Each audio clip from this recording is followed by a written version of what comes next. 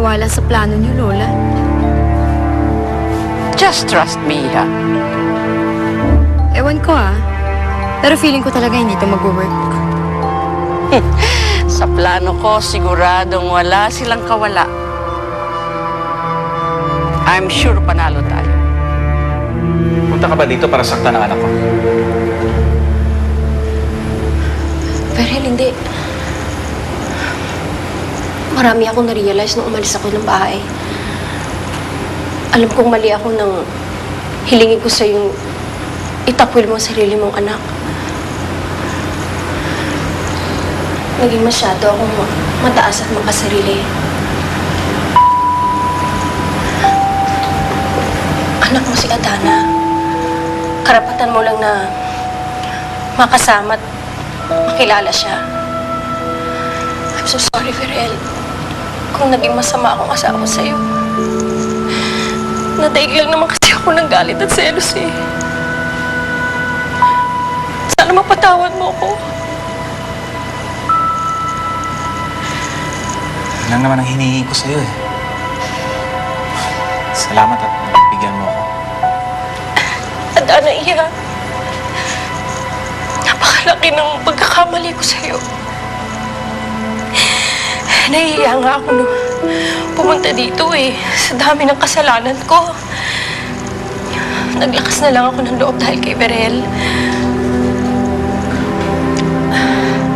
Sana iya, mahanapan mo dyan sa iyong puso na mapatawad ako.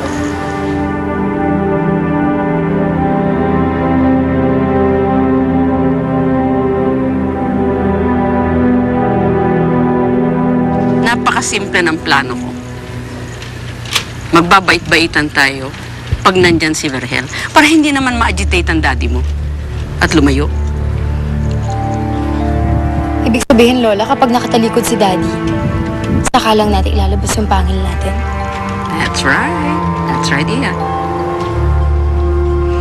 Ewan ko, Lola. Hindi ko ata kaya magpanggap eh.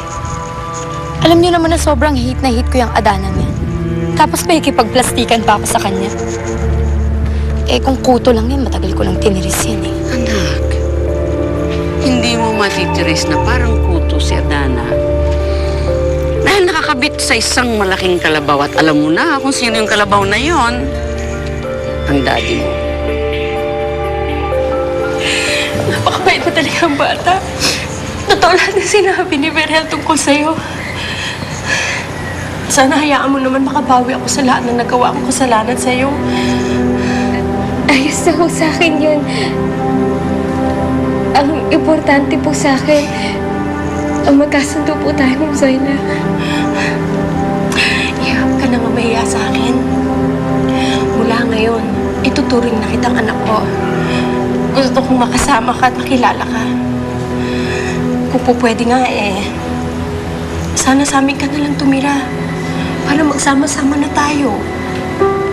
Patitirahin niyo ako sa bahay niyo. Oo naman. Welcome na welcome ka doon. Bahay yun ni Vergel. Kaya mula ngayon, bahay mo na rin yun.